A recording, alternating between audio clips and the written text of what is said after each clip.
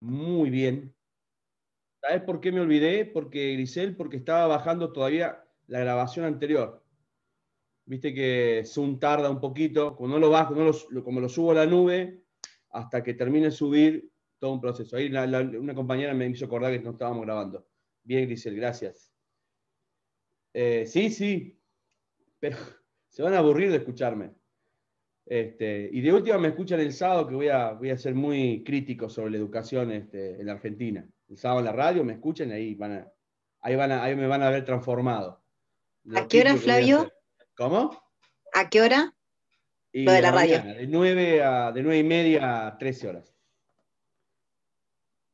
Ahí en la super, así que ahí voy a ser bastante crítico. Creo que voy a ver si puedo sacar alguien de educación de Buenos Aires para charlar un ratito lo que está pasando.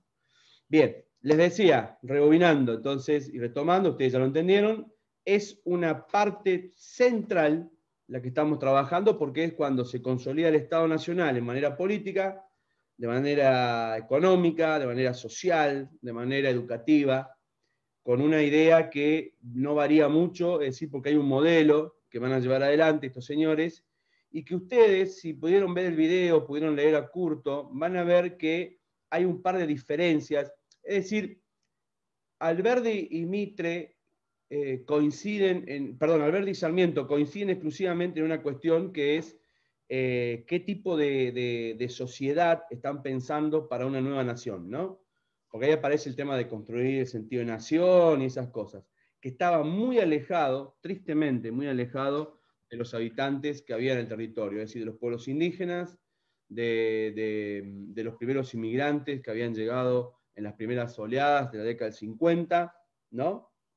De lo que dejaba el ámbito rural, es decir, están muy alejados de eso, pero tenían en mente la construcción de una ciudadanía en un ámbito bastante, por decirlo de alguna manera, como lejos de la realidad de lo que es, de lo que iba a ser el territorio nacional. Es decir, la nación estaba pensada y ambientada en otra persona o en un grupo de personas que no miraban hacia adentro, sino que miraban hacia afuera. No sé si fui claro. Unos miraban para Europa y el otro miraba para América del Norte.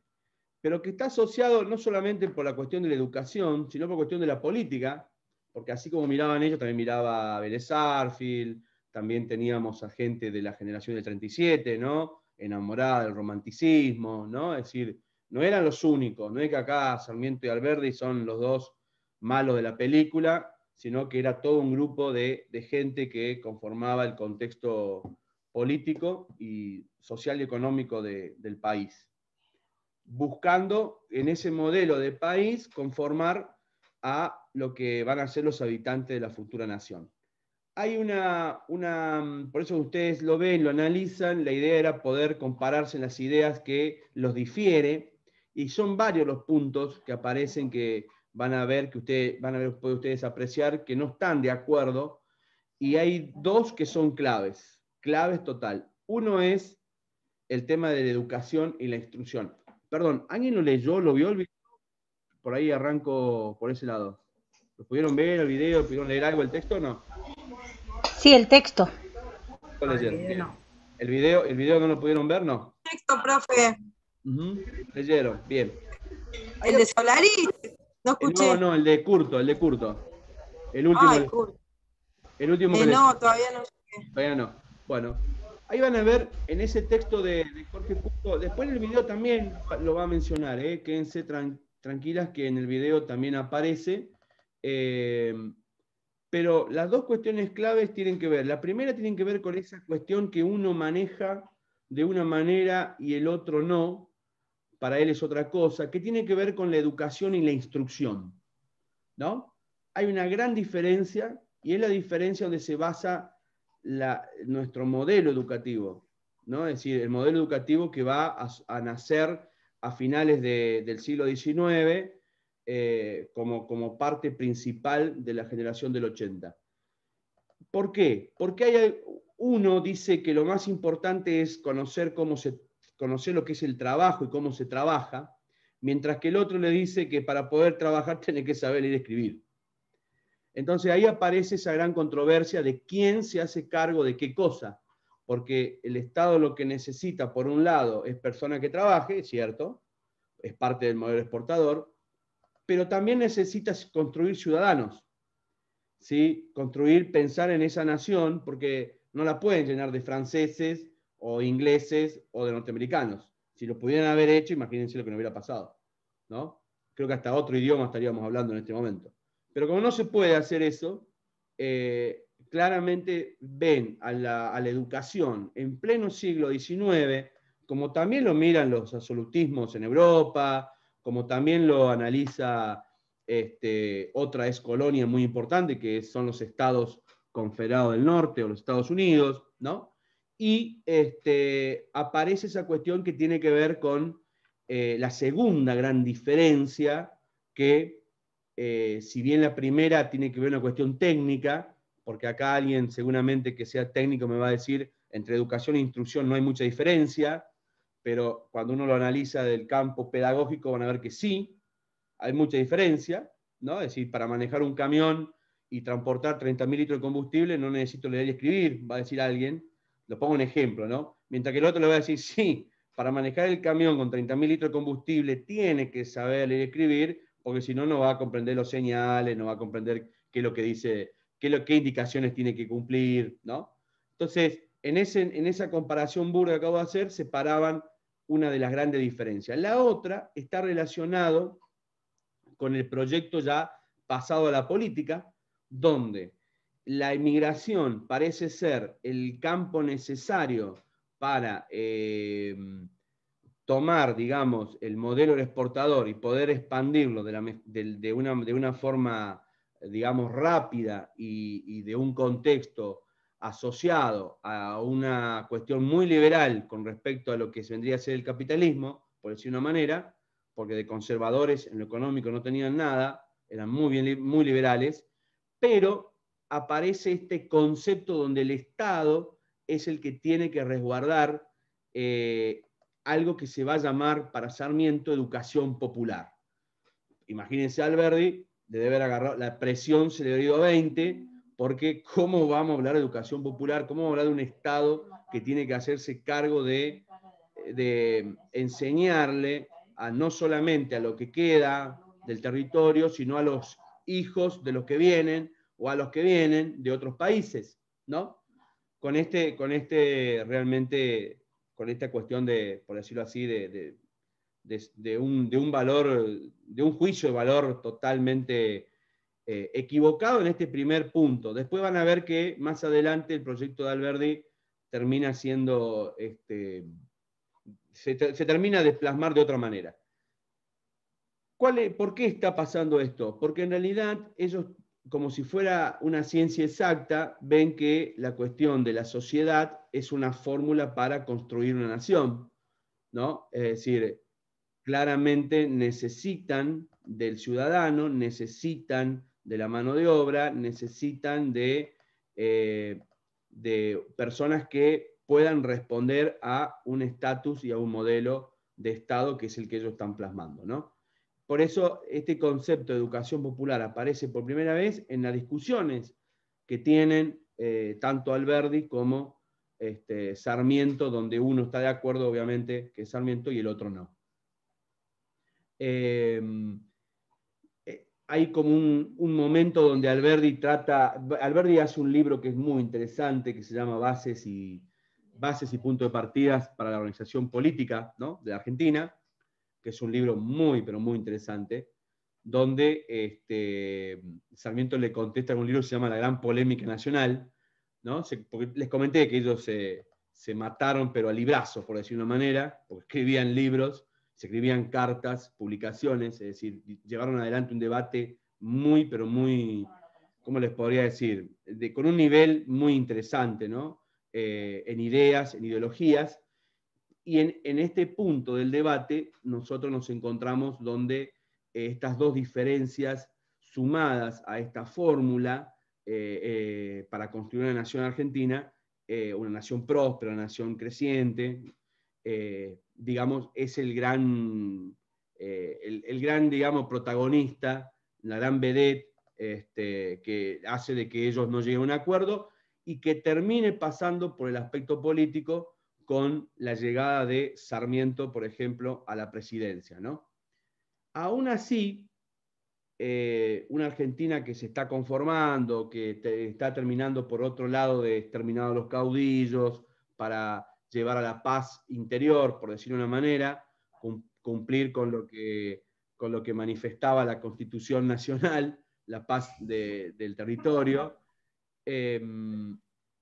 lo que conlleva es a una cuestión de emanciparse, pero digamos, de una manera desde la cuestión educativa, es decir, que puedan aprender, para Sarmiento, ¿no?, a leer y escribir, pero a pensar como ciudadanos argentinos, ya digamos, basados en esta construcción de la nación, ¿no? ¿De dónde saca este modelo Sarmiento? Lo saca claramente de la cuestión nacionalista que se va plasmando en los estados del norte, es decir, en Estados Unidos, porque es un gran observador de todos los sistemas educativos y el que más le fascina es las famosas escuelas de Boston, donde observa cómo a los niños se los instruye con un fuerte espíritu nacionalista para pensar en el territorio, para pensar en construir una nación con esa esencia, ¿no? No sé si vamos hasta ahí. La experiencia de Sarmiento en la escuela de Boston está documentada, está, digamos, está en libros que se llama, bueno, la 101, ¿no? Es el libro de Sarmiento, donde aparecen sus relatos, por eso se llama 101 porque es como que juntó todas sus experiencias de viaje y le fue demostrando a Alberdi, mirá lo que están haciendo los otros, mirá cómo se está construyendo el mundo, en un momento donde realmente en América Latina, por decir así, o de México hacia abajo, la cuestión de la educación no era algo que plasmaba de manera fuerte, sino más bien modelos económicos distantes, ¿no? Es decir, Paraguay, que había comenzado a dispararse como un gran país industrial para esa época, va a hacer de que Sarmiento tenga que atrasarse, digamos, en su trabajo como diseñador de esta educación, porque se va a dedicar a la guerra, donde, bueno, va a perder a su hijo, ¿no? Y toda la historia que ustedes conocen, con Sarmiento en la guerra, digamos, con Mitre primero y con Sarmiento después, aplicados a la guerra, donde no les permite formar un modelo educativo. Lo rescatable que tiene Sarmiento cuando llega a la presidencia, y si bien se encuentra en un proceso prácticamente donde podría haber aplicado el sistema educativo, lo que hace lo rescatable es que empieza a trabajar y esmerarse por todas las promesas que por ahí no pudo llegar a cumplir Mitre y que después termina cumpliendo él con respecto a la creación de escuelas, a fomentar escuelas desde el ámbito estatal, ¿no?, a nivel nacional y a nivel provincial, ¿no? Algo que termina siendo una situación realmente muy interesante porque el crecimiento que tenemos en esa época, no solo con la inmigración que llega después en la década del 70, sino también con todo lo que él va transformando y lo que va haciendo para que la educación ya comience a tomar forma. No lo logra y va a pasar a ser, digamos, un trabajo de Avellaneda que tampoco va a lograr en el corto plazo. ¿Qué es rescatable de este momento en lo que ustedes están trabajando Historia de Educación Argentina? Es todos los intentos que fueron, digamos, debatidos. Obviamente, no todos entraron en el debate, pero más allá de eso, fueron, digamos, debatidos a un alto nivel político, donde la educación conformaba en ese momento entonces de la mano de la cuestión económica y de la cuestión social. Faltaba la pata política que va a llegar recién con la generación del 80, ¿sí? Por lo menos el gobierno de Roca. Hasta ahí vieron el módulo 1. Les dejé lo del sistema lancasteriano, ¿sí?, como un recurso, no es un trabajo, es un recurso, una explicación. Es un sistema que, si bien Rivadavia, por las dudas, si bien Rivadavia lo impuso, no llegó a profundizarse mucho, pero que dejó un imaginario en el campo de la educación, digamos, dejó vestigios en el campo de la educación, porque cuando se forman los colegios normales o los colegios para preparar maestros, una de las cosas que se enseña es el concepto de preceptores, ¿no? Que vendrían a ser como los tutores del sistema lancasteriano, donde eran maestros que no se dedicaban simplemente al aula, sino a acompañar a los agrupamientos de estudiantes. En esa época todavía no están clasificados los estudiantes, entonces no hay un rango etario, sino que había como diferentes tipos de niveles en lo que era una escuela básica. No sé si me explico. Entonces los preceptores tomaban a los niños, supónganse, entre los 5 años y los 15, que apenas sabían leer, y ellos lo guiaban, los llevaban al maestro, el maestro les enseñaba a leer, después, y así, ¿no? Los que tenían entre 5 y 15 años, pero sabían leer y escribir, era otro proceso. Así nace la escuela básica, o la escuela de primeras letras, llamada así, con los preceptores, que se va a heredar a través de los años hasta el día de hoy, ¿no? Hasta el día de hoy las escuelas tienen preceptores que no cumplen la misma función, pero que en cierta manera en el espíritu de la letra sería algo parecido. Algo parecido a lo que dejó el sistema lancasteriano, ¿no? No sé si me cansé de explicar bien. Y le subí también la historia, perdón, la línea histórica o la línea de tiempo, para que también después les pueda servir, con la promesa de los profesores de TIC que nos van a dejar una más linda que la que yo tengo. Entonces, en base a eso, yo cumplí con mi parte. ¿Bien? Hasta acá, dudas, preguntas, cuestiones que no le gustaron, cuestiones que sí le gustaron. ¿Dónde quieren romper el paradigma? Sí, lo escucho. A mí el texto de Solari, lo que me hizo ruido es cuando Belgrano, habla de la educación y qué sé yo, pero tiende a discriminar al negro o al mulato. Que en realidad siempre mi duda es que en realidad acá, más allá de que sea, no hay negros. Entonces yo digo, tal vez esto de discriminarlo, de no educarlo, hizo que, que se fuera, o bien que no, no sé cómo decirlo, pero que no haya. Cuando dice, por ejemplo, a ver, lo tengo acá, que solo estaban limitados a hacer el aseo, la limpieza de candeleros y espabiladeras y tener cuidado de espabilar las luces. Uh-huh. Eso me hizo... Pero eso es lo que él ve y es lo que quiere transformar. Belgrano habla de educación para todos. En Argentina no tenemos una herencia afroamericana como en otros países, porque los mandamos toda la guerra. Andrés Flores, claro, Cristian Flores, sí, los mandamos toda la guerra. En la guerra de la Triple Alianza tratamos de exterminarlos de la mejor manera, digamos, tratamos. No tuvimos nosotros, pero digo, las corrientes sociales en esa época hacían de que estos muchachos, por la libertad, o por un dinero, o por lo que sea, porque también después se impone la ley de conchavo para los gauchos, es decir, por un trabajo, por lo que sea, para no ir presos inclusive, lo cuenta Martín Fierro, lo cuenta José Hernández, digo, en Martín Fierro, en el segundo libro, es decir, hay una gran, digamos, denostación y destrucción de esas clases sociales. Los negros, los mulatos, los gauchos, todos a la guerra, a morir. Y que ahí te vas a... Sharon, bueno, bienvenida. Disculpa que están contando la gente. Le decía que hay una gran cuestión en la guerra de la Triple Alianza, donde también tenemos a los correntinos encadenados con el fusil en la mano para ir a pelear, porque no querían.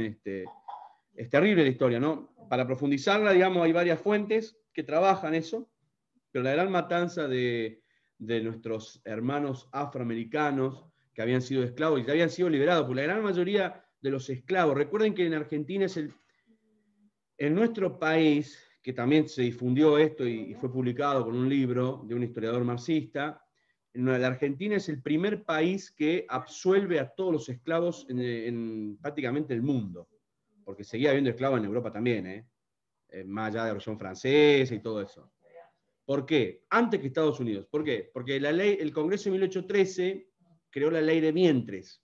Entonces no eliminó la esclavitud para que no se enojaran los muchachos que tenían el poder económico, pero a partir de ese momento todos los que nacían eran libres. Entonces le busca la vuelta. ¿Qué hacen los muchachos que manejan la cosa? Le buscan la vuelta a decir que si bien son libres, no tienen ni propiedad, no tienen trabajo, ¿a dónde tienen que ir? A la guerra. ¿Sí? Es el lugar que le da el fundamento, que después va a ser tomado, por Riccieri cuando crea el ejército obligatorio para todos los jóvenes. Eran principalmente para todos los inmigrantes, no iban los hijos de los argentinos, entre comillas, ¿no? Iban los hijos inmigrantes. Entonces ahí el ejército se encargaba de enseñarles a leer, a escribir, enseñarles sobre las costumbres argentinas, ¿no? Y que era un ejército obligatorio. Lo mismo que había pasado en la guerra de la Triple Alianza y en la creación del Ejército Nacional, que conducido por Sarmiento en la persecución de los últimos montoneros, ¿no? De Chacho Peñalosa, que es el último de la tierra riojana, ¿sí? Taboada, Santiago del Estero, pero digamos, son los últimos que son eliminados, digamos, totalmente eliminados por el Ejército Nacional, que dependía ya depende del Estado Nacional, ¿no? Como hasta hoy. ¿Sí? Nos fuimos de tema, pero para explicarte por qué no hay... Pero lo que veía Belgrano no ve color, Belgrano no ve género. Belgrano habla de una educación para todos y para todas, está hablando de educación popular. Sarmiento lo toma inclusive de eso. Sarmiento es una persona que se lee hasta el Corán, por decir una manera, ¿no? Es decir, Sarmiento es un autodidacta, es una persona realmente, cuando uno analiza, habrá sido incorrectamente político porque fue detestable las cosas que decía, y especialmente cuando iba al cafecito, peor todavía. Pero lo hacía en el Congreso, lo hacía como presidente, lo hacía en cualquier lado. Incorrectamente político. Pero en su imaginario, piensa en una persona que se leyó todo lo que había que leer. ¿Sí? Fue y observó todo. Que no fue por el lado argentino, sino fue por el lado de Chile, pero fue y observó todo. Entonces, cuando se paraba, lo mismo hizo Alberdi. Cuando se paraba, tenía realmente una cuestión de tener muchos fundamentos en lo que decía. En algunas cosas, totalmente errado, que es otro análisis, ¿sí? Es otro análisis. Pero, vuelvo a decirte, en lo que nosotros nos involucra la educación, o lo que nos lleva a nosotros a hablar de la educación, es una persona realmente comprometida con el contexto y con su tiempo en lo que ellos piensan, donde realmente tienen un modelo. Tienen un modelo. Cuando vos buscás a nuestro país con modelos, encontrás muy pocos. Bueno, este es uno. Que si bien no pueden llevarlo adelante por todas estas cuestiones que tienen, ¿no? Si la guerra de la Triple Alianza, la persecución de las montoneras, digamos, los contextos, bueno, el tema de la aduana, la pelea con el litoral, es decir, hay la cuestión con el Cuyo y Chile, hay un montón de cuestiones que son complejas, que después Avellaneda termina cerrando el círculo cuando realiza la unificación del territorio en la mal llamada campaña del desierto, ¿no? Y ahí la generación del 80 cierra el modelo y el proyecto que tienen de país, con un costo enorme a las clases sociales, pero, digamos, basándose en su modelo que ellos tanto defienden, ¿no? Uno puede estar de acuerdo o no, pero es su modelo. Claramente no está de acuerdo en algunos sentidos de construcción que nos permiten observar el maltrato hacia los pueblos indígenas, porque no es lo que pensaba Belgrano, no es lo que pensaba Artigas, no es lo que pensaba San Martín, es decir, claramente hay un corrimiento en eso de lo que pensaban nuestros padres fundadores, ¿no? Es decir, de aquellos que peleaban por otra cosa, no estaba justamente correrse de los pueblos indígenas. Al contrario, Belgrano en una de sus cartas habla de compartir culturas con el pueblo indígena. Seguramente en las escuelas de esa época, como pasa en el litoral, como pasa en Paraguay, después de la destrucción que le hacen al Paraguay terrible, como pasa en el litoral, donde se siguen hablando y se siguen manteniendo las lenguas indígenas como el guaraní. ¿Sí? Eso es lo que pensaba Belgrano, por ejemplo, en la construcción de un ciudadano, por decir así, argentino, ¿no? Es decir, una nación argentina tiene que tener ciudadanos argentinos como fórmula, ¿no? Es la fórmula perfecta, nación argentina, ciudadanos argentinos. Modelo argentino económico, ¿no? Es decir, piensan en eso. Bueno, ese ciudadano argentino Si lo hubiera estado Belgrano y no Sarmiento, y no hubiera incorporado segundas lenguas como francés o inglés, sino hubiera incorporado segundas lenguas como quechua, guaraní, qué sé yo, mapundún, o el idioma que ustedes quieran. ¿Está? Es decir, hay un corrimiento en ese aspecto. ¿Está bien o está mal? Es otro análisis. Pero la campaña del desierto termina de cerrar para ustedes lo que significa este modelo. Ahí nace, y vuelvo a decirlo, nace el protagonismo de Roca, que es el primero que realiza algo en el contexto educativo que nadie había realizado en el mundo. En el mundo, ni siquiera en el continente americano. Pone en debate un congreso pedagógico, 1882. Y ya estamos arrancando lo que es la unidad 2. 1882, congreso pedagógico, trae a todos y a todas, porque hay mujeres. Para la época, imagínense, trae una mujer que opine educación. O sea, estamos hablando de algo bastante grosero para esa época, pero las trae. ¿A quién lo pone de...? ¿A quién? Porque fíjense, miren cuando asume Roca, escuchen esto que es muy importante, miren cómo piensa la generación del 80.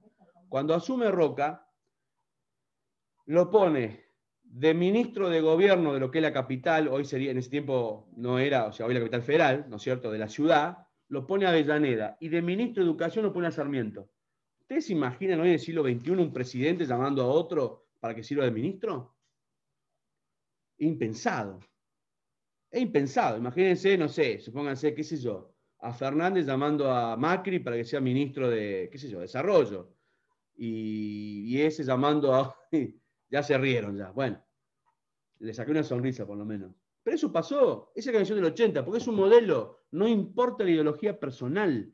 Van hacia el modelo. Van a construir un modelo de país. No importa pelearse con quien sea, ¿no? El Congreso Pedagógico, que obviamente todos pensaron de que iba a venir solamente, o que iban a participar las clases ilustradas, trajo hasta a todas las miradas, todas, ¿no? Todas las voces, todas estuvieron en ese Congreso. ¿Sí? Pero el primero, Flavio, fue impugnado, ¿no? Ese primer congreso fue como, no es que tuvo que se le impugnaron y demás, el primer congreso pedagógico. El Congreso Pedagógico arranca y lleva es cierto, Giselle, pero no termina porque nunca se desarma. Lo que pasa es que Sarmiento ya estaba medio viejito y cuando no le gustaba algo pateaba todo y se iba, ¿no? Entonces, cuando arranca Sarmiento, no le gusta hacia dónde apunta el debate, porque él trajo a las maestras norteamericanas. Y no había nadie que supiera más de pedagogía con los niños que ellas. Ni Sartre, ni Paul Grossac. Le estoy mencionando algunos, personas que sabían, pero en serio le estoy diciendo, vinieron pedagogos. ¿Sí? Ya se conocían en el mundo. No había sistema educativo, pero ya había pedagogos. O sea, creo que la pedagogía es algo mucho más profundo en la historia de la educación mundial, ¿no? Que no lo vamos a analizar. Ni traductores para la época. Claro. Entonces, y el único drama que hay, Sarmiento se enoja porque es como que le desprecian las maestras, ¿no? Porque son mujeres. Pero estamos en 1882. Ese es el contexto.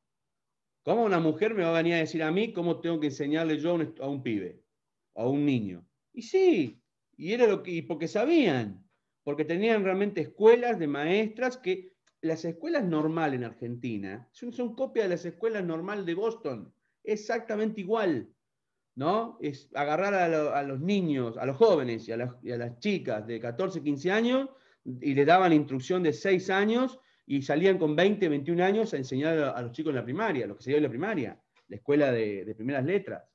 Es una copia tal cual. Y ahí Sarmiento se enoja, patea todo, se suspende el Congreso, pero está Roca a la cabeza, que es un viejo zorro, está ahí nomás enseguida. Lo que Roca no ve, y porque es un viejo zorro terrible, lo que Roca no ve es que el debate cuando apunta hacia el lado laico, que es algo que él no ve, y ahí aparecen el gran problema que el debate no puede resolver. El Congreso yo creo que no lo puede resolver porque hay un gran problema, porque nuestro país nace con una corriente cristiana, católica, principalmente, vamos a decirlo bien como corresponde, y la educación religiosa había sido muy fuerte en todo el contexto de América Latina. Recuerden cuando ustedes leyeron a Guibert o a Solari, es decir, la educación religiosa es la que había sido la base de la educación en los primeros momentos de las colonias, ¿no? Y la experiencia de la Revolución de Mayo no cambiaba mucho el panorama. Entonces, claramente, sacar de ese lugar a quienes habían sido los protagonistas era realmente muy difícil, pero estamos hablando de que en ese congreso había liberales, ¿no? Como conservadores, y los liberales planteaban que no se debía enseñar ningún tipo de religión. Había conservadores que decían que había que enseñar todas, y había conservadores que decían, no, acá hay religión católica. Está en la Constitución. Y tenían razón. Y tenían razón todos al final. Entonces, ¿cómo sale eso? Es un empate. Pero en una carrera de esa no puede haber empates. ¿O no? No me refiero que es un deporte, nada de eso, es decir, pero en un congreso pedagógico que iba a definir las bases de la educación en la construcción de la nación argentina, no podía haber empates. Entonces Roca agarra y dice, bueno, la educación es laica. Y se terminó. Porque es uno de los presidentes que más poder tiene también, y lo lleva, por ese contexto, va a llevar a que la Argentina, por primera vez en la historia, se pelee con la Iglesia Católica y Argentina sea el primer país que expulsa a un embajador del Vaticano. O sea, siempre hicimos historia, ¿no? En todo, también en eso. ¿Por qué? Porque la educación tenía que ser laica. Y estamos hablando de la ley 1420. Y debía ser garantizada por el Estado, porque la educación debía ser popular. La cuestión que había dejado escrita en sus grandes bibliografías, Sarmiento. No se podía hablar de otro tipo de educación si tengo que construir una ciudadanía nacional. ¿Por qué? Porque si las dejo en manos privadas, ¿quién le va a enseñar? Le va a enseñar el privado. Y en realidad ellos tienen que ser argentinos, tienen que ser ciudadanos argentinos, por el cual el Estado se hace cargo del sistema educativo, ¿sí? Con un montón de problemas en el inicio, pero nace la ley 1420 en el año 1884, que le llevó un sinfín de problemas al gobierno de Roca, todos muy bien resueltos, la verdad, muy bien resueltos todos, porque está bien, se peleó con la iglesia, afuera del Vaticano. ¿Cuál es el problema? Mandó al ejército, le puso cadenas a la Catedral de Buenos Aires. Y le dijo, acá no entra un cura hasta que ellos vengan y firmen que la educación es laica. ¿Sí? Imagínense el poder que tenía ese señor para determinar eso en un país netamente católico y que tenía un fuerte impulso de políticos que estaban basados en la cuestión religiosa. ¿Sí? También había anticatólico, obviamente, porque muchos vienen de las escuelas europeas, ¿no? Tenemos muchos políticos que han desarrollado ideas de las escuelas europeas. ¿Vamos hasta ahí? Sí. Seguramente han escuchado bastante la 1420. Yo no vamos a profundizar mucho. Nos vamos a quedar con las cuestiones más importantes y en realidad con las cuestiones que digamos, que nos puede llevar a que nosotros podamos entender cómo es el modelo educativo, que es justamente el origen, ¿no? Es decir, el Congreso, ¿sí? Es decir, que ese es el origen de nuestro modelo educativo. El desarrollo de las leyes necesarias, porque no solamente digamos, ¿cómo les podría decir? No solamente alcanza con un sistema, una ley como la 1420, que habla sobre una cuestión de enseñanza laica, porque después van a ver que en el fondo, digamos, hay como una cuestión digamos, de tirantés, porque los fondos no están y el Estado tiene que, medio como ahora, ¿no? Aprueban una ley y no saben cómo hacer para pagarla. Vieron que dan un derecho, aprueban una ley, dan un derecho y no saben cómo sostenerlo. Bueno, eso pasó en 1880 también, pero más que nada porque tuvo un costo enorme que está relacionado con la pelea con la iglesia, ya que el Estado argentino se hace protagonista de todas las instituciones que la iglesia llevaba adelante, entonces van a crearse los registros, lo que se llaman ahora registros civiles, en aquella época eran escuelas notariales, ¿no? Es decir, la iglesia ahora es el que toma los nacimientos, casa a las personas, registra las defunciones. Es decir, es un contexto muy interesante a partir de esto que se produce. La ley 1420, vuelvo a decirlo, no vamos a profundizar mucho. Las cuestiones que uno observa tienen que ver con el origen, tienen el que ver el por qué. En el Congreso Pedagógico hay una representante de lo que es digamos, en ese tiempo ¿cómo les podría decir? La Universidad Nacional, que va a ser después la Universidad Nacional de Rosario, el Casa Altos Estudios, que es una mujer, ¿sí? Una mujer es la primera directora de la Universidad Nacional, que sería hoy de Rosario, ¿no? Es decir, dirigió una Casa Altos Estudios, y que tiene que ver con cómo hacer para que los papás manden en un mundo donde los niños no figuran en ningún lado, no tienen derechos, nada. ¿Cómo hace el Estado para que los papás manden sus hijos a las escuelas cuando los usan para trabajar o para otras cosas? Bueno, ahí aparece el tema de la escuela obligatoria, ¿no? Con un control del Estado bien tipo policía, donde se resguarda, digamos, todo tipo de derecho de que las familias tienen que llevar a sus hijos al colegio, y especialmente lo que son hijos de inmigrantes, donde realmente hay fuentes que se han, digamos, reservado y guardado, donde la policía iba a las casas a buscar a los niños para que los padres los mandaran al colegio, ¿no? Es decir, hasta ese punto llega la aplicación de la ley 1420. Después, la ley 1420, después vamos a analizar, ver entonces el origen, las cosas que la hacen clave, la cuestión laica, la cuestión obligatoria, la cuestión estructural, ¿no? Aparece por primera vez en la ley 1420, que sale del Congreso Pedagógico. Dos cosas importantes. Primero, ¿quién es el que garantiza la educación de los ciudadanos de un país? ¿Quién es el que tiene, digamos, la máxima autoridad para garantizar o responder, digamos, o por decirlo de una manera, validar la educación de un niño o de un joven en un país? El Estado.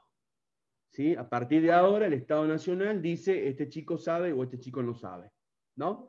Toma un rol muy protagónico, muy importante.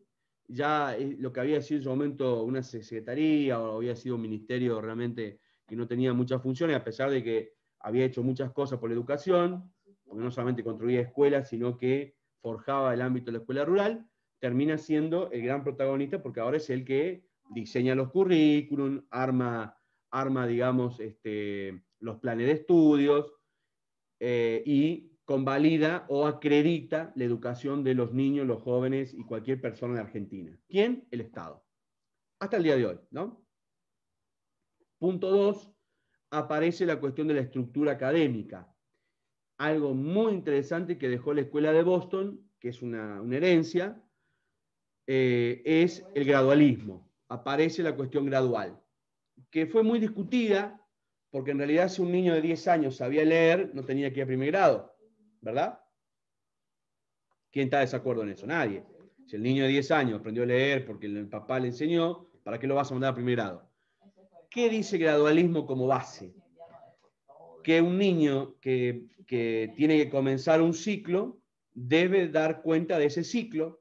Por eso cuando la ley 1420 arranca, si un niño tenía 10 años y sabía leer, no arrancaba en primer grado, arrancaba en quinto.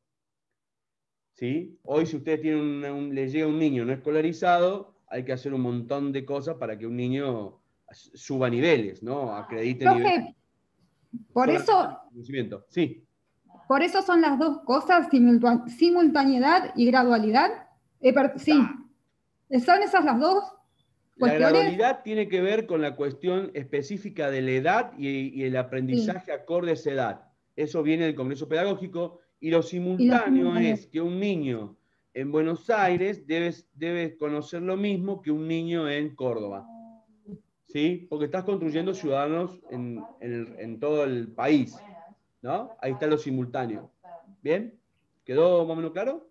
Que eso en realidad es porque hay un solo ministerio y las provincias no tienen todavía en ese momento, no tienen protagonismo, digamos, de decidir. Hay algunos tipos de escuelas que se van manejando aparte por su categoría.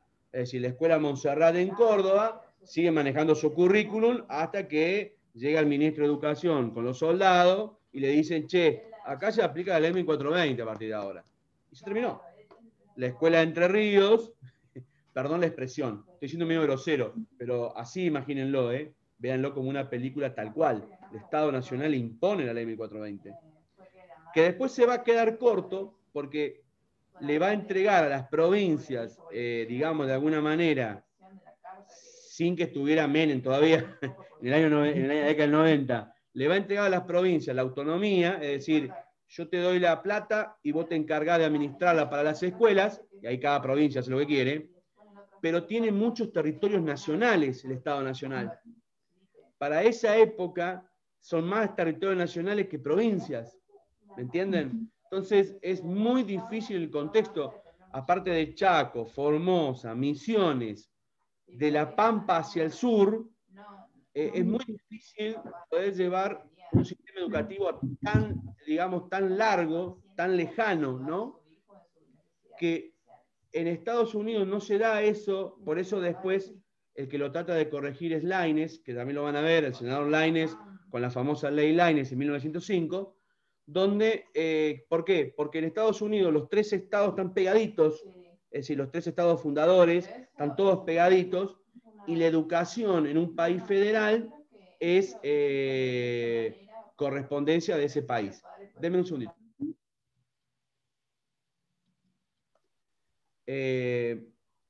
No sé si me expliqué, es decir, eso no se puede copiar a la perfección porque Argentina tiene muchos estados, muchos territorios nacionales que dependen de Buenos Aires, ¿no? Entonces es muy complejo, hasta 1905 es complejo de aplicar y termina siendo un problema para lo que es la educación nacional. Hasta 1905, repito, y ahí hay como una nueva negociación donde este viejo zorro comienza otra vez a hablar con la iglesia, le dice, che, bueno, no tomes a mal, decirle al embajador que vuelva, seguí educándome a los chicos en la Patagonia, seguí educándome a los chicos en los territorios nacionales porque no llego, ¿no? Es decir, llego, pero no tanto. Y la educación nacional comienza a convivir con los estados, con las educaciones, digamos, de conexión religiosa. Por eso, 1899, el María Auxiliadora, ¿no? O 1896, 3 años antes, el Domingo Sabio, acá en Roca. Bueno, 1906 llega el María Auxiliadora a Neuquén, ¿no? Es decir, es la época donde, ni hablemos hacia el sur. Si van, mientras más al sur van, más lejos está el Estado. Pobre, el Estado Nacional no llega. Entonces, las escuelas nacionales no llegan a todos lados. No sé si lo vamos agarrando ese aspecto. Es decir, hay como una negociación y un contexto de diálogo. En la unidad 2, ustedes van a ver que yo les voy a dejar un texto que es de Finnegan y Pagano, donde habla de estas cuestiones sobre la educación como el derecho en la Constitución del Estado argentino, es decir, la educación como un derecho en ese momento. La educación como un derecho en la época de los gobiernos radicales es otra cosa. La educación como un derecho en el gobierno de peronista es otra cosa. La educación como un derecho en el gobierno de dictadura es otra cosa, más compleja, que la vamos a ver. Y la educación como un derecho en el siglo XXI es otra cosa. ¿Sí? Es decir, te van a decir, pero ¿por qué hay tantas definiciones? Por el contexto social, político y económico. Los 3 ejes que atraviesan el sistema educativo. Cuando hablamos de la generación del 80, hay un contexto que viene de los censos. Por eso Sarmiento trae los censos, ¿no? Quiere saber cuánta gente sabe leer y escribir, cuántos argentinos hay, cuántos inmigrantes. Los censos traen mucha información. Y realmente la ley 1420, que surgió en 1884 a 1908, había bajado el analfabetismo en Argentina del 74%, escuchen, 74% cuando sale la ley 1420, a el 32%, en un contexto de un periodo respetable, porque estamos hablando de 14 años, justamente 2 ciclos de nivel primario, ¿no? Es decir, cuando dio 2 ciclos a nivel primario en la ley 1420, había bajado el analfabetismo más de la mitad, y aparte porque tenía otro aparato que era el ejército, ¿no? Claramente, el que se me escapaba de la escuela primaria, lo agarraba el ejército. Es realmente un logro, si ustedes lo analizan por ese lado.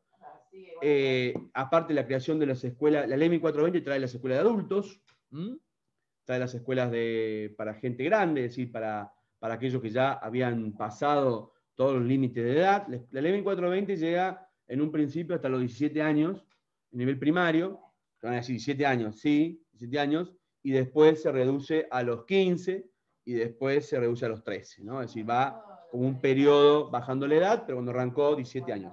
Y los que tenían más de 17 años, tenían familia y trabajo, iban a las escuelas de adultos, que, oh casualidad, la gran mayoría nacen como escuelas de arte y oficios, ¿no? Una de las ideas que habían tenido los padres fundadores hacía años atrás, ¿no? Bien, no los quiero aburrir más. Rápido en el contexto. Ese texto, van a trabajar un texto de Alejandro Herrero, es decir, qué pasa con la educación, qué pasó con Alberdi, el perdedor, por decir una manera, del debate. En realidad nunca se supo quién ganó y quién perdió. Esa va a ser una pregunta que ustedes van a responder en el final. ¿Quién es el padre del aula realmente, después de haber cursado Historia de la Educación Argentina? ¿Quién es el padre del aula para ustedes, en base a la lectura, en base a las reflexiones, en base a la construcción personal de ustedes? Porque ahora va a aparecer Alberdi. Alberdi es el constructor de Argentina. Es el constructor de Argentina política y comienza y deja como legado, ya muy avanzado de edad, a varias personas como Mañasco, que es uno, que va a ser ministro de Educación, donde vuelve otra vez a surgir el tema de la educación o de la instrucción, y vuelve a surgir el tema que tiene que ver con justamente qué pasa después que terminan la primaria y van hacia la secundaria, hacia la universidad. ¿Qué pasa con el tema de la universidad? Es decir, la ley 1420 daba asegurado una cosa, con el himno, con las marchitas, con la bandera, con un montón de cosas, construía ciudadanos argentinos, claramente, ahí aparece un texto de Dussel, que es la famosa máquina de moler carne, ¿no? Es decir, la escuela argentina de 1420, tomada con otra mirada, es una máquina de hacer argentinos, es decir, vos metés todo ahí, los alculturizás y salen argentinos. Se olvidaron que son italianos, se olvidaron que son... Pero no se dio en todos lados igual, ¿no? Es decir, en diferentes partes de la región hubo muchos contextos donde la escuela argentina, la 1420, si bien los escolarizaba a los niños seguían manteniendo lazos culturales muy fuertes. Roca es un caso, con la sociedad italiana, la sociedad española, es decir, siguen apareciendo esos vestigios de un Estado que está muy lejos del lugar, ¿no? Después, van a analizar la ley Lainez. La ley Lainez es una ley que prevé por primera vez que del presupuesto del Estado Nacional se asignen partidas para llegar. Como no se llega, la ley lo que dice es que tienen que generarse recursos de las provincias. Y ahí las provincias comienzan a, por decir de alguna manera, a ser protagonistas también de la educación en todos los niveles, ¿no? Es decir, es como hay un buen trabajo sostenido, ¿no? Entre provincia y nación por la educación de los niños, y en especial después se va a sumar con la reforma de Mañasco a la educación de los jóvenes. ¿Hacia dónde van los jóvenes? Bueno, los jóvenes que pueden y que tienen acceso, porque lo primero que hace el Colegio Nacional es poner tabla de valores, como tiene Chile hasta el día de hoy, es decir, puntajes, ¿no? Es decir, la famosa, aparece por primera vez en Argentina en 1908 la evaluación cualitativa, ¿no? Perdón, cuantitativa, es decir, hay que poner un número, ¿sí? Hasta entonces, ¿usted cómo me decía, cómo evaluaban antes? ¿Aprobó o no aprobó? ¿Sabe o no sabe? Así, liso y llanamente. Pero hasta ese entonces aparece por el Colegio Nacional, que dependía de la Universidad de Buenos Aires, por otros colegios nacionales en diferentes partes de la Argentina, por los colegios normales, por los colegios rurales, aparece la evaluación porque tengo que darle un número ahora. ¿Qué es ese chico? ¿Un 10? ¿Un 9? ¿Un 5? ¿Un 8? ¿Un 6? ¿Qué es? Tengo que darle un número porque le va a permitir ingresar a la universidad. Obviamente las universidades seguían siendo muy elitistas todavía hasta el gobierno de Irigoyen. En la unidad 2 van a tocar un texto de Ramallo que se va a encargar de contarles qué pasa con el final de los gobiernos conservadores, ¿no? Es decir, ya Roca muerto, un tipo que gobernó 30 años en la Argentina, yo digo 30 años a las sombras, ¿no? A pesar que tuvo 2 presidencias, gobernó de las sombras, ¿no? Sus presidentes, sus vices, los que iban quedando en el lugar, respondían a ese modelo. Vuelvo a decirlo, en otro análisis, un modelo que para indicadores fue muy, pero muy práctico, digamos, es decir, muy estadístico, es decir, va dejando números muy alentadores para lo que es el sistema educativo, para otros no tanto, y que termina con la ley Sáenz Peña y el ascenso de una idea nueva, una idea que viene abrazada del socialismo, que es la Unión Cívica Radical, ¿no? La Unión Cívica Radical es un partido que cuando nace tiene las bases del socialismo, es decir, pero intrínsecas en un partido revolucionario, ¿no? Es decir, es un partido que va a pelear y va a luchar por todos los conceptos y los valores que intenta mantener. Hasta entonces, lo único socialista que se había visto y que había afectado a la educación había sido Alfredo Palacios, que va a ser el primer diputado, digamos, elegido del socialismo en Buenos Aires, justamente en el barrio La Boca, que es un tipo que realmente se preocupa mucho por la educación de los niños.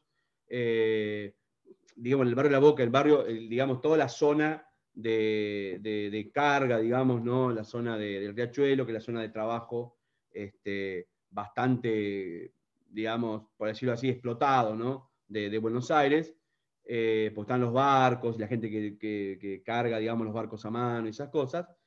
Entonces el campo educativo realmente comienza a tener un peso importante, con una mirada socialista, es decir, el mantenimiento del Estado a otros factores, que es que los niños se alimenten, que los niños desayunen, un Estado realmente protagonista de esa educación popular.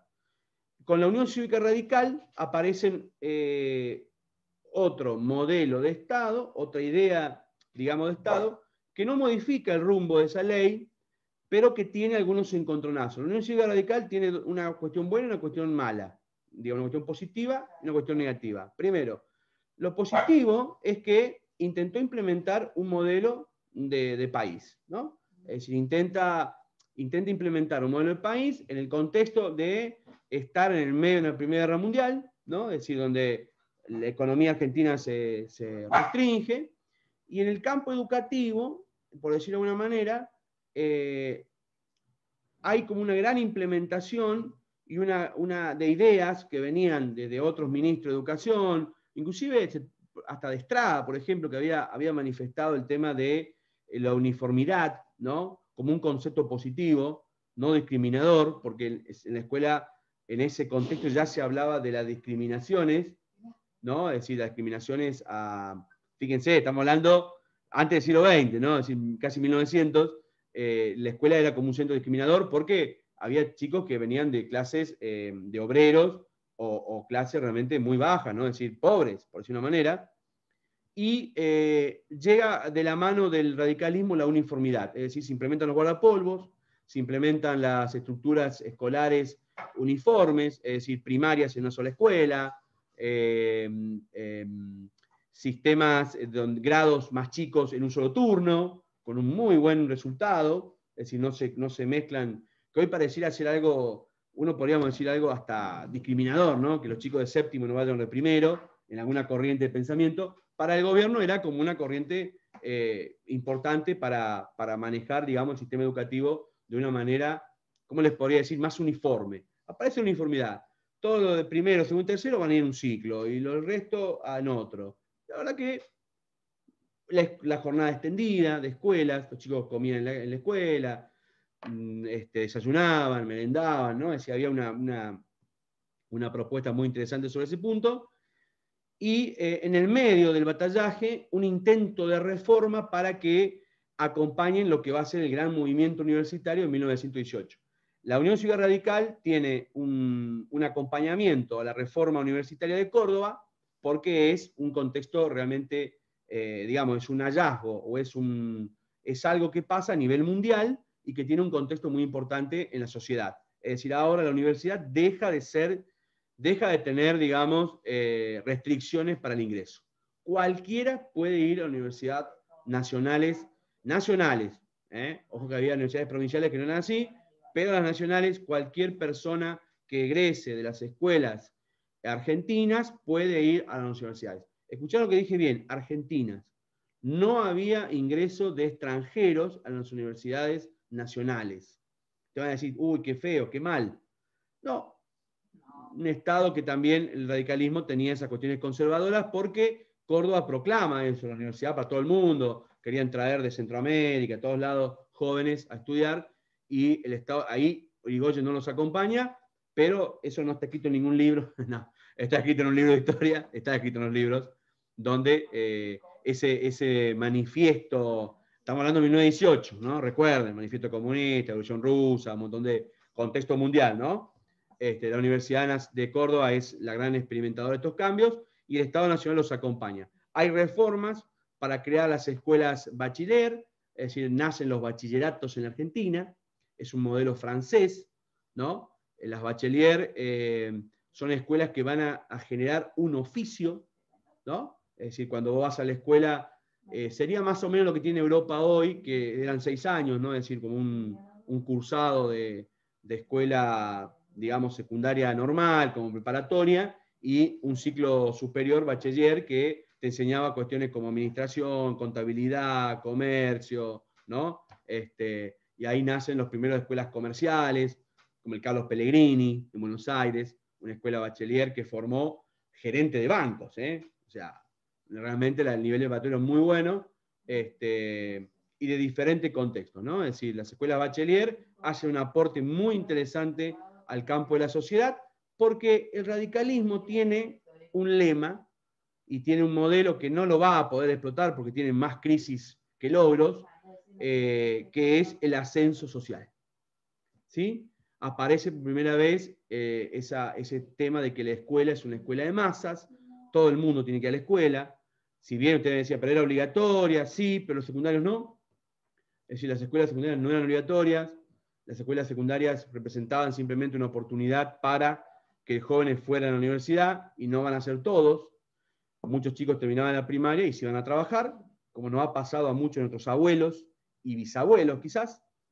Por ahí tenemos algunos todavía dando vuelta y te le preguntan, tenían el primario nada más, un primario que alcanzaba para un montón de cosas en esa época, ¿no? Y los secundarios van a intentar llevar adelante esa emancipación de esas masas a través del ascenso social que trae el sistema educativo. Nacen los bachelier y nace una escuela de oficios. ¿Las escuelas de oficios seguían? Sí. Las escuelas de oficios seguían estando con otro carácter que era mucho más técnico, ¿no? O sea, no existían las escuelas técnicas todavía, pero las escuelas de arte y oficios habían continuado desde la época del siglo XIX y se mantenían todavía en el siglo XX, por si a alguien se le ocurrió la pregunta. Pero las escuelas de oficios, digamos, los bachilleratos, van a ser las escuelas específicas donde los jóvenes aprenden un oficio.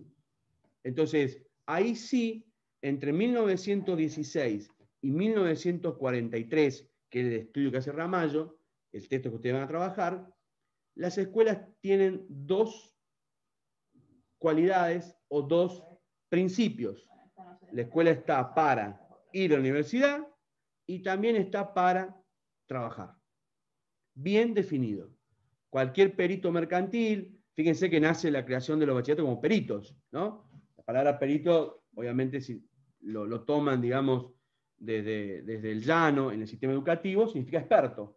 Cualquier perito comercial te manejaba, perito contable, perdón, te manejaba la economía hasta de una provincia. Disculpen que. Bueno, ahora también hay gente que tiene secundario nomás. Bueno, eso bórrenlo. Pero en ese contexto educativo pasaba eso. Imposible, ya está grabado. Ahora lo edito. Y además ustedes no escucharon, están todas durmiendo.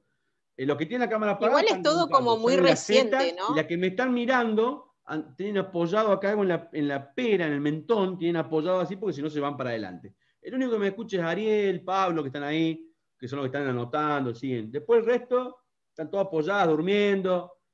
Bueno. Yo estoy escribiendo. Ariel tiene una foto, me ponen acá, dice que es una foto fija. Deben conocer a Ariel, son compañeros tuyos, amigos tuyos. Marina ya también, ya se pegó como 3 siestas. Bueno, perdón, disculpen que me entusiasmé. ¿Termina esto con qué? Década del 30, lo escuchamos, profe. Bueno, la década del 30, la famosa década nefasta, la década infame, la década terrible argentina, fue la década donde más escuelas se construyeron en el país, hasta el día de hoy. Nadie ha podido superar eso. ¿Por qué? Caído el gobierno, los gobiernos radicales tenían eso. Lo que pasa es que los radicales, y ahí yo sé que alguno por ahí guiñó un ojo, por ahí hizo una mueca, yo las vi en las nuevas porque estoy observándolo a todos y a todas. Los radicales son de una base socialista. Pensé que era de Perón, dice. Perón contribuye mucho, pero es para el módulo 3. El radicalismo es una corriente socialista, revolucionaria, por eso se llama Unión Cívica Radical. Unión cívica, la unión de la sociedad en el ámbito social, en el ámbito socialista, ¿no? Es decir, Palacio y Alén eran tipos que se daban la mano, comían juntos, jugaban al fútbol juntos, ¿no? Es decir, iban muy de la mano. Lo que pasa es que el radicalismo se desprende porque era revolucionario, hasta llegar al poder, ¿no? Te van a decir ahora, qué coincidencia con lo que vemos ahora. Bueno, ¿por qué te llega al poder? Cuando llega al poder intenta hacer todo por las leyes. Y Irigoyen tenía ese principio. Vamos a hacer todo como corresponde. Y en ese camino se quedó con la mitad de las cosas. Porque obviamente, donde los conservadores seguían no teniendo bancas, los muchachos conservadores eran terribles, no le votaban una. Ni los radicales votaban las leyes por Irigoyen. Entonces se va quedando. Y en el campo educativo no avanzan en muchos puntos. Hay leyes muy interesantes. Muy interesantes. Nosotros tuvimos en la Argentina, no sé si sabían, hemos tenido varios premios Nobel, ¿no? El primer premio Nobel que tuvimos en la Argentina, que después termina siendo como un Nobel, por decirlo así, de la paz, ¿no? Antes de ser premio Nobel, fue ministro de Educación. Y una de las ideas que se habían planteado, ¿no? en la Argentina era hacer una escuela que fuera, ¿cómo les podría decir? Emancipadora, ¿no? Es decir, ¿cómo les podría decir? Las escuelas, estoy hablando de Saavedra Lamas. Saavedra Lamas es una persona que, él va a lograr el premio por otra cosa, pero cuando fue ministro de Educación, hablaba de una educación emancipadora. ¿En qué sentido? En que los currículums educativos, si bien debían ser del Estado Nacional, debían ser, escuchen esto, debían ser elaborados por los territorios y por los modelos económicos de cada territorio. Es decir que nosotros en Roca tenemos una herencia de escuelas que tienen una fuerte orientación en naturales y educación, porque esa era la corriente que planteaba Saavedra Lamas. ¿Qué le hace falta al territorio? Le hace falta maestros. ¡Pum! Escuelas con corrientes educativas. Escuelas con corrientes pedagógicas. ¿Para qué? Para que los jóvenes, cuando salieran de ahí, se dedicaban a ser maestros, profesores. ¿Sí? ¿Por qué naturales? Por el alto grado de desarrollo con la cuestión agropecuaria, en el caso de las chacras. Entonces, las escuelas tenían un grado de desarrollo con las cuestiones naturales. ¿Por qué la ley de Saavedra Lamas rechazada? Porque lo que planteaba era justamente sacarle poder a la nación y que cada provincia, como es en Estados Unidos, cada estado, decidiera qué modelo educativo tenía que tener. Lo bocharon al pobre Saavedra Lamas, después le fueron a pedir perdón, obviamente, Premio Nobel de la Paz, nuestro primer Premio Nobel de la Paz, por su intervención en el caso de Bolivia, y una de las mentes prestigiosas que tuvimos en el campo educativo, que obviamente la gente que sabe no la escuchamos, ¿no? Es decir, la gente que sabe, ¿para qué la vamos a escuchar? Si no, ya veo que nos cambia algo del circuito y se nos termina yendo el negocio. Este fue un paréntesis. Saavedra Lamas aparece en un texto también. Década del 30. En la década infame, que aparece el gobierno de dictadura por primera vez, primer golpe de Estado, después hay como volvemos otra vez al fraude electoral para que gane Justo, que es el candidato de la milicia, es decir, el Estado, digamos, los militares quieren seguir, digamos, teniendo el control sobre la cuestión política. Justo le da el espaldarazo porque Justo hace todo lo contrario, un tipo que se sacó el uniforme militar, se puso el traje y se dedicó a dirigir el país. Entonces uno dice, ¿por qué era que infame? Y porque hicieron un fraude electoral. Y hacían fraude electoral en cada parte del territorio. Es decir, tenemos que gobernar nosotros. ¿Cuál es el justificativo? La gente no sabe votar. El sistema educativo tiene un fracaso. ¿Cuál es el fracaso? Votan los radicales. Ganaron radicales, crisis del primer gobierno de Irigoyen, asesinatos en el Chaco con la Forestal, asesinatos en la Patagonia con los trabajadores chilenos en Santa Cruz y en Tierra del Fuego. Es decir, ¿a dónde vamos? Asesinato de Capital Federal, con el tema de las huelgas obreras metalúrgicas, y lo volvieron a votar. Gana un radical, gobierna para la clase elitista, como no olvidar, y lo vuelven a votar. Entonces dice los militares, bueno, se acabó, listo. El sistema educativo fracasó. No le está enseñando a leer, está enseñando a escribir, está enseñando cuál es la Constitución, la bandera argentina, el himno, la escarapela. Y el 25 de mayo y que San Martín y Belgrano fueron nuestros padres. Ahora, ¿qué no le está enseñando? A elegir gente. No le está enseñando a pensar, no le está enseñando a votar realmente lo que corresponde. Obviamente los militares menos lo iban a hacer. Pero ese pensamiento fue el que planteó una reforma en 1938 que llevó a que en las escuelas se incorporara dos de los espacios con mucha fuerza, dos de los espacios curriculares que más enseñan a pensar hasta el día de hoy. Podemos discutirlos, pero que hasta el día de hoy enseñan a pensar a los argentinos y a las argentinas. ¿Cuáles son esos dos espacios? A ver. Espacios curriculares, ¿no? Vamos, che, despítense. Yo iba a decir matemática, pero nada que ver. Historia y ciudadanía podrían ser, profe. Y eso hubiera sido lo ideal, pero no. Se venía enseñando mucha historia, ¿eh? Tenías que hacer argentino, así que le venía enseñando historia, pero no sabe cómo. Sí. Pero no andaba. Los que más enseñan, ¿qué? Matemáticas. La formalidad. Matemáticas y las lengua y literatura. O en realidad, ahí Flores acierta, las lenguas y la literatura. Sí, señor. Porque nosotros en realidad no tenemos, en realidad es lo que pensaron ellos y lo reformaron, de tal manera que eso se mantiene hasta el día de hoy.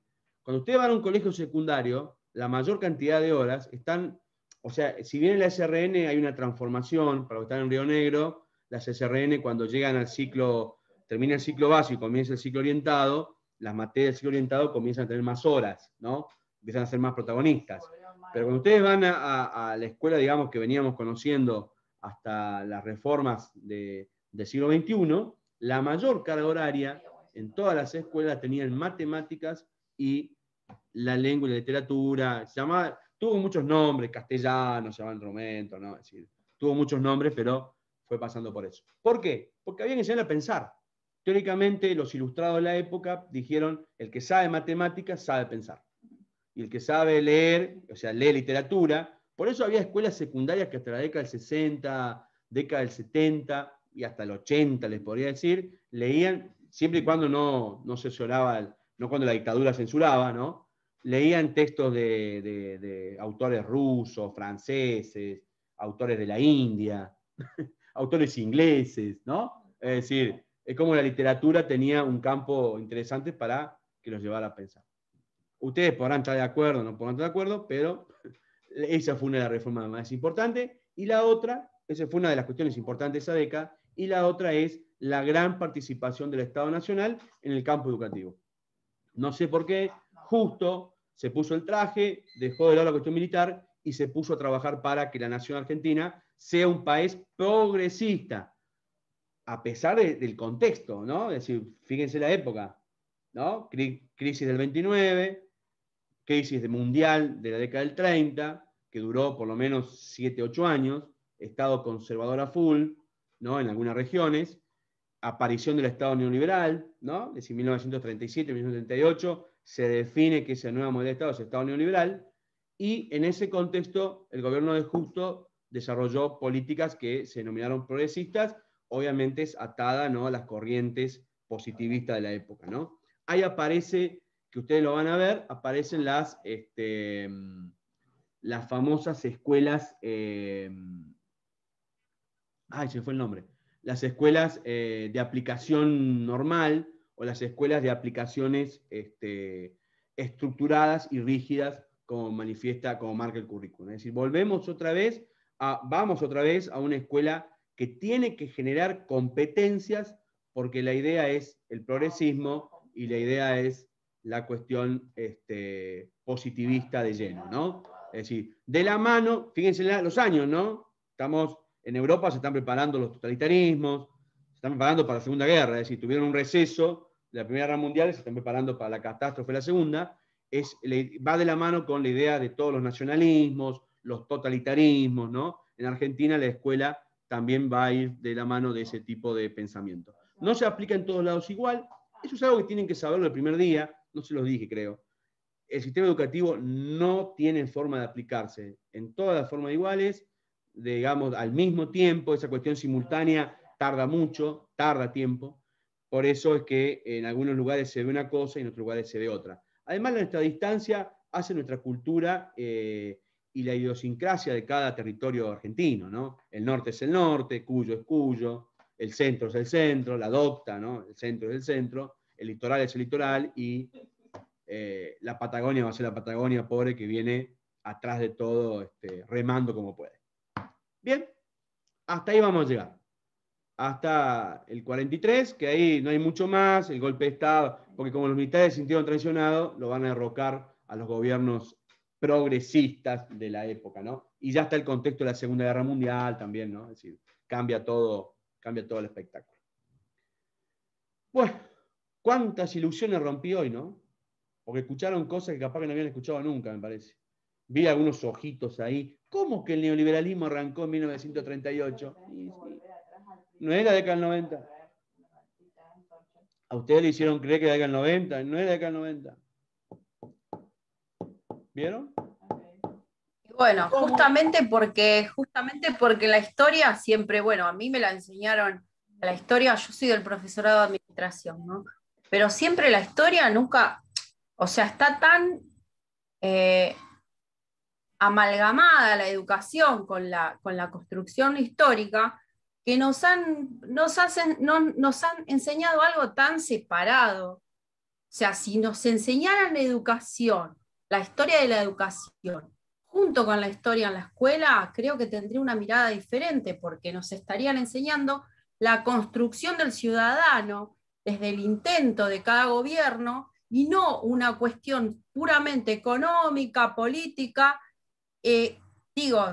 ¿No? Hoy se ve el ministerio y cuánto se le da dinero a cada lugar, la autonomía educativa, pero no enseñan la historia de la educación en paralelo o junto, o debería ser algo unido para poder entender a qué punto se quiere llegar.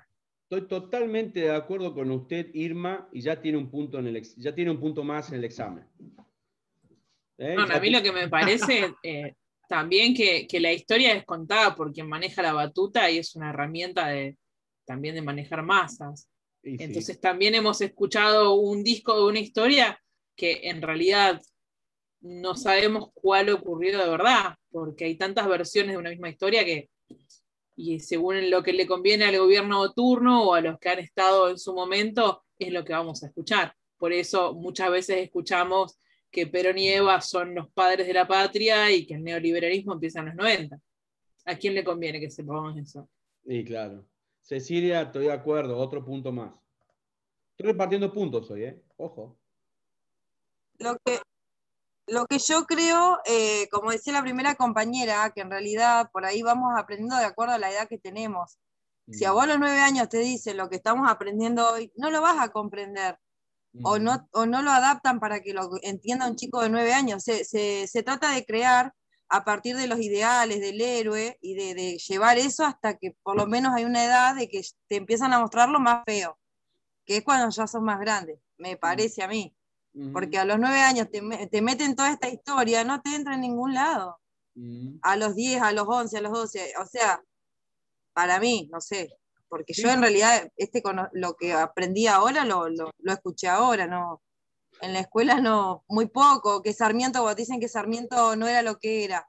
Y vos decís, ay, leí abajo de la higuera, y es re malo este hombre. Te quedan esos recuerdos de la infancia, por ahí. Eso es más romántico, ¿entendés? De que su mamá Paula le leía, le enseñó a leer, y que era re bueno Sarmiento. Nunca faltaba la escuela, ¿viste? Porque dicen, nunca faltó la escuela, Sarmiento. Y claro, si el papá era el maestro y el tío, ¿quién iba a faltar la escuela? Claro. Igual, pero no no puedo faltar la escuela, pobre. Lo que hacen mal, y siendo, bueno, he visto algunos profesores que, siendo historiadores, juzgan a, qué sé yo, a Sarmiento parándose desde ahora. O sea, no es que tratan de ver en la época en la que estaba Sarmiento y el por qué tenía cierto pensamiento. Claro. Entonces, creo que me parece que juzgarlo posicionándose en la actualidad no es muy correcto. Aparte, más allá de que... Claro. Sí, perdón, Gustavo, sí. Te iba a decir, aparte sí, era totalmente incorrecto políticamente, porque al tipo no le importaba si estaba en el Senado, si estaba en la Casa Rosada. La Casa Rosada, ustedes saben por qué se llama Casa Rosada, ¿no? ¿Saben por qué se llama Casa Rosada? ¿Saben quién fue el que la mandó pintar de rosa a la casa? Sarmiento. Y dijo, ahí le hice pintar con cal y sangre de los indios. Y ninguno de los grandes que vinieron atrás fueron capaces de decir, che, ¿por qué no le cambiamos el color? Porque a mí no me representa. ¿Cómo va a decir eso? Decir que, bueno, te gustaba el rosa, que tenías alguna cuestión con la perspectiva de género. Bueno, bárbaro, excelente, Sarmiento. Respetamos todo. Pero ¿cómo vas a decir que va a pintar la Casa Rosada con cal y con la sangre de los indios? Era para meterlo preso, ¿o no? Pero era un tipo totalmente y políticamente muy incorrecto. Muy incorrecto. Relacionado, como bien decís vos, con el pensamiento de la época. Pero era un autodidacta. Y cuando se paraba a discutir, ¿cómo le ibas a ganar a una persona que había visitado para esa época 20 países en el mundo, ¿no? Había estado con 20 culturas diferentes y que había leído, como, no sé, como 500 libros? ¿A dónde? ¿A dónde le vas a discutir? Imposible discutirle a Sarmiento. Solamente tratarlo viejo loco y sacarlo con el corriendo. Lo único. Pero bueno, bien. Es una cuestión realmente interesante la que plantean. Yo creo que en realidad lo que pasa es que están los textos y están los diferentes autores. Lo que pasa es que, bueno, en la elección, por ahí, de lo que vemos, inclusive historia de la educación, realmente, como decía Irma, por ahí no se enseña mucho en las escuelas, y porque tiene que ver con diferentes contextos y diferentes realidades, ¿no? Es decir, cuando vos entendés cómo se armó la educación en la Argentina, vas a entender lo que decía por ahí Cristian, que es justamente la cuestión de la decisión política del momento. Entonces, cuando hubo modelos, el sistema educativo estuvo acompañado en esos modelos, ¿no? Es decir, y vos me vas a decir, y bueno, pero el modelo de la generación del 80, sí, tenés razón, analicémoslo cuando analicemos y vamos a ver que fue un modelo nefasto, que dejó mucha gente afuera, pero que es contradictorio también, porque es un gobierno conservador y más liberal que conservador, y terminó haciendo una ley de educación popular, porque era servicial al modelo. Y se peleó con la iglesia, y hizo esto, hizo el otro, y porque era servicial al modelo. Irigoyen le pasó igual, pero fracasa porque su base era justamente las leyes, y no las puede llevar a las leyes. Entonces, fracasa. ¿Sí? Justo en un gobierno, estamos hablando de un gobierno que acaba de derrocar a otro, porque él fue protagonista de ese derrocamiento, pero cuando se puso el traje, voy a decir lo mismo, pensó otra Argentina, y pensó otra Argentina en el campo educativo. Es decir, buscó una solución, no era la solución esa. Sí hacer escuelas. ¿Por qué hacen escuelas? Porque nace por primera vez, estamos hablando del Estado benefactor, nace en Argentina por primera vez, a ver, paren la grabación, el curro de la obra pública. Entonces, cuando un Estado tiene que hacer, ¿qué va a salir a hacer? Hospitales y escuelas. Son toda la década del 30, la gran mayoría. Van a Buenos Aires, y de los 15 hospitales más grandes de Buenos Aires, 8, la mitad, son de la década del 30. La mayoría de las escuelas, la mitad de las escuelas en Argentina, son de la década del 30. Miren acá, en Roca, las escuelas primarias de la década del 30, y de antes también, ¿no? Es decir, pero es todo un modelo que pensó, digamos, trabajar la cuestión del Estado benefactor ¿sí? Se habrán choreado la plata, obviamente, imagino, no tengo las fuentes ahora acá, están las fuentes, pero no están acá, pero que en eso no fue infame, respondió a su contexto. Había que crear empleo, porque el Estado en el factor creaba empleo, y se pusieron a hacer escuelas. Y al sistema educativo le vino como anillo al dedo, ¿no? Es decir, es un contexto. Cuando nos paremos en la próxima clase vamos a repasar todo esto. Yo la semana que viene los vuelvo a invitar de vuelta, el que quiere venir bien, el que no puede, no puede, y listo. La clase es esta. No voy a avanzar más porque la unidad 3 vamos a arrancar con el peronismo, el otro modelo del sistema educativo, que no va a modificar. Fíjense que los modelos no modificaron la ley 1420, ¿no? Es decir, la hizo Roca, el genocida, no la modificaron. Fueron reformando algunas cuestiones interesantes para la época, pero no modificaron nunca la escuela laica, pública y obligatoria.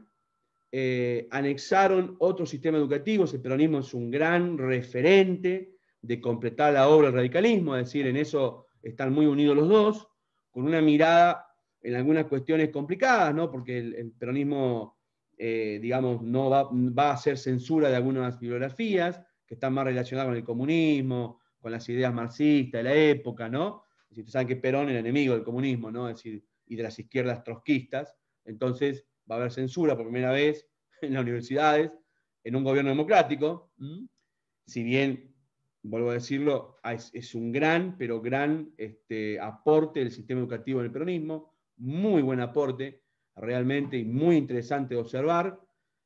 Ahí sí aparece lo que había intentado y el radicalismo, aparece en gran plenitud con el peronismo, la escuela de masas, pero de masas en serio, ¿no? Donde aparece la escuela del hijo del obrero, ¿no? Es decir, la escuela técnica, la universidad tecnológica. Y después vamos a ver rápido la década del 60, porque en realidad en el gobierno de Frondizi no se puede hacer nada, porque Frondizi engañó a los peronistas, engañó hasta a los mismos radicales para obtener el poder, duró muy poco y en educación no modificó nada, pero sí va a aparecer un hombre que cumple, fue el único presidente que cumplió todo lo que dijo, que fue Arturo Illia, y que va a transformar en 2 años y medio casi de gobierno, un poquito más, 2 años y medio de gobierno, va a transformar a Argentina y la va a dar vuelta en todos los aspectos, y uno de los aspectos es el campo educativo. Hay una gran generación de, ¿cómo les podría decir? Una gran generación de científicos, de pensadores, de técnicos, de ingenieros, de formadores en la educación, en el campo educativo, con el espaldarazo que hace Illia, por la gran inversión de dinero que le pone al sistema. Es el único presidente que le va a aumentar el presupuesto. Imagínense que el presupuesto en esa época, obviamente, éramos menos, pero un PBI de Argentina, ni les cuento el peronismo, pero un PBI en Argentina de década del 60, hoy está el PBI en cerca de $300, me parece, $380 por ahí. En la Argentina en esa época el PBI era, o sea, lo que representaba cada argentino, ¿no? Somos más, está todo bien, pero hoy ese valor, en esa época representaba cerca de $5.000. Teníamos un PBI muy alto, la gran herencia, ¿no? Del campo y de lo anexado a la industria nacional. En la década del 60, el presupuesto educativo que llegaba a 5 puntos del PBI, ni siquiera el gobierno de Cristina lo pudo hacer con la ley, ni siquiera el gobierno de Macri, obviamente, no lo iba a hacer. Realmente en los últimos años no han llegado ni a los 6 puntos, y eso que es una ley, pero 5 puntos tenía el presupuesto educativo en el gobierno de Illia, lo llevó a 22 en el primer año, una monstruosidad. Nacieron todos los institutos tecnológicos que conocen hoy, el CONICET, el INTA, el INTI, la universidad se transformó en universidad tecnológica, ¿no? Es decir, universidades provinciales se transformaron en universidades nacionales por la gran cantidad de presupuesto que había. La de Tucumán, la de Cuyo, se me va alguna más por ahí. Rosario ya era, se me va alguna, ya me voy a acordar. Es decir, en el primer año y en el segundo, porque él dijo eso, yo cuando llegué a ser presidente, quiero que la educación sea la prioridad. Y dio vuelta el presupuesto. Lo quisieron matar todos, obviamente, ¿no? Eso como una locura. Sí, por primera vez en Argentina, la educación toma el rol protagónico del Estado, decisión política, decisión económica, y hay una gran cantidad de jóvenes que egresan de las universidades porque no tenían fondos. La gran cantidad de egresados ingenieros, médicos, no tenían plata, no podían continuar estudiando por la falta de recursos, y hay becas para todos y todas. El acceso a la mujer a la salud es en la década del 60, antes había todos médicos, en la década del 60 ingresan camadas de mujeres a las universidades, y hay una gran relación que tiene que ver con el presupuesto, es decir, con la cuestión económica. Recuerden que son 3 ejes, y cuando ustedes modifican uno de los ejes de manera desorbitante, la educación también se mueve, ¿no? ¿Se acuerdan los ejes? Político, social, económico. Cuando uno de los ejes se mueve, modifica todo el campo educativo. Y al año siguiente la lleva a 24 puntos, y ahí volvió todo loco, porque ahí aparece ya la decisión de derrocarlo, porque no tenía final el gobierno de Ilia, es decir, había propuesto que la educación sea realmente una prioridad, y la llevaba a los máximos extremos posibles. Ahora van a decir que tampoco sabían eso, que tuvimos un presidente que cumplió con su palabra. Y no solamente eso, ojalá lean de Ilia, se van a maravillar. No, está todo oculto de Ilia, hay documentales, hay información estadística, historiadores económicos lo han trabajado. En 1 año y medio transformó la Argentina, casi 2 años, de una desocupación del 22%, perdón, no 30, 22%, la llevó a 7 en 2 años. O sea, sí, murió pobre, pone Ariel, sí, como todo presidente que tenía valores, lo derrocaron y terminó muriendo pobre, abandonado. Bueno, será para historia eso, no nos vamos a encargar de eso, pero sí en el campo educativo tuvo un gran valor. Y para los que no los vea la semana que viene, cuando llegamos a la década del 70, le pegamos un tiro a la educación terrible. Ya arrancamos en la década del 60, ¿no? La noche de los lápices, perdón, la intervención de la Universidad de Buenos Aires primero, la noche de los bastones largos, y después la noche de los lápices con la intervención de los secundarios. En la década del 60, Onganía hace todo lo posible por destruir la educación, y lo va logrando, porque ve que la educación, los jóvenes son terribles, los jóvenes piensan ahora, los jóvenes deciden, una locura en Argentina, ¿no? Y marchan, y protestan, y reclaman. Entonces el culpable es el sistema educativo, lo va a tratar de destrozar, casi lo logra, vuelve Perón, que en realidad vino para la foto y para echar a los montoneros de la plaza, y en la década del 70 le terminan de pegar un tiro al sistema educativo de manera salvaje y terrible, con la censura y con todo lo que tiene que ver la intervención a los sistemas educativos. Vamos a llegar al 80 con el segundo, fíjense que pasaron 100 años, segundo congreso pedagógico que hace Alfonsín, que lo único que instaló fue una carpa, porque de pedagogía no se habló nada, se habló de sueldos, se habló de beneficio para los docentes, de los estatutos y todas esas cosas. Perdón, está bien que se haya hecho, ¿no? Yo no lo discuto, no lo dije despectivamente, no me van a matar por eso, pero lo único que logró fue una carpa blanca. En el campo de educación realmente no hay avances muy interesantes, porque Alfonsín tenía problemas más serios, ¿no? Y después llegaremos a la década del 90, donde llega el otro, digamos, el otro puntapié de descalce de educación, ¿no? Ya con un gobierno democrático. ¿Sí? ¿Dudas, preguntas? Y los libero. Yo voy a ir nombrando, porque Federico Bichara, está, lo vi, ¿no? Salí de la pantalla ahora. ¿Está Federico? No está, ¿no? ¿Saben que yo me parece que lo vi? Tengo una pregunta. Sí, Ariel, decime. ¿Los prácticos para cuándo son? Los prácticos, digamos, lo que son las actividades, las tenés que ir pensando para ir trabajándola mientras vamos avanzando con los módulos. Yo no te voy a poner por ahora fecha, ¿sí? En esto que te estoy entregando, porque tenemos el tiempo. Yo sé que están cursando muchas materias y todo eso. No lo dejes para el final. Andá analizándolo en base a la lectura que vos hagas, porque las actividades son para que vos leas el texto, nada más. O sea, no es que yo te voy a aprobar o te voy a desaprobar porque hagas la actividad o no. Si no las haces, implica que no leíste. Entonces el cursado va a ir para atrás. Porque la idea es que ustedes aprueben el cursado para que vayan al final, para que nos encontremos en un hermoso final, donde puedan unir con alguno de los ejes que vamos a hablar sobre. En el cuarto módulo vamos a hablar sobre los ejes, estos 3 ejes, lo vamos a elaborar para que ustedes los puedan unir a través de la historia de la educación. Por eso le alineé el tiempo, por eso lo estoy orientando con algunos textos para que lean, ¿no? Pero después en el final la idea es que ustedes hayan tenido una buena lectura, porque me voy a dar cuenta enseguida si leíste o no leíste, ¿entendés? Entonces, las actividades son para que ustedes lean. Es la forma que yo me aseguro que ustedes lean. Entonces, ustedes por ahí en la lectura las pueden ir completando, cuando dice, al no estar presencial, es difícil que hagamos una actividad con una computadora al medio. Ustedes sí, porque son profesores TIC, entonces la tienen clara, pero mi generación no es de esas. Entonces, sí tengo alguna propuesta para hacer. En la próxima clase vamos a hacer unas propuestas que tengo preparadas, pero tengo que darle un marco teórico rápido para que esté acompañado con su lectura, para que puedan resolverlo a través de las actividades, para que a vos te quede un registro, ¿no? Es como me estoy asegurando que a vos te quede un registro para que te puedas preparar para dar un buen final. Punto. ¿Sí? ¿Se acuerdan que les dije? Todos tienen 10, hay que defenderlo.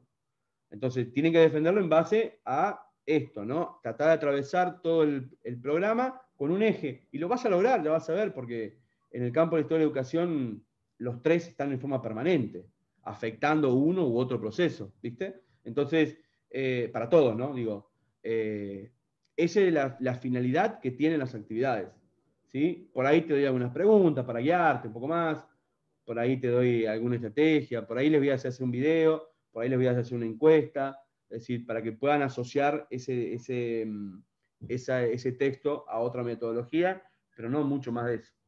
La idea es que estuviéramos allá jugando un truco mano a mano, a ver si realmente tenés 33 para decir falta en vida, ¿no? Esa es la postura. Pero como no lo podemos encontrar, más que por ahí en algún supermercado con los tapabocas, ¿viste? No vamos a vernos. Bueno, salvo Marina, que si no tiene que venir Chubut, complicada Marina. Bueno, no se durmió Marina en esta clase, ¿no? Bien, me va aguantando ya bastante. Pobre Marina. Pero bueno, ustedes eligieron. Ya ni te respondo, ¿viste? Ya ni te respondo a esta altura. Ustedes eligieron. Bueno, disculpen, pregunto. Federico yo lo vi en algún momento. ¿Está Federico Bichara? ¿Alguien lo conoce? No, ¿verdad? Laura Sí, estoy, Borges. profe. Ah, ¿está Federico? ¿Vos sabés que no te... Ah, ahí estás, perdón, te había visto, ¿viste?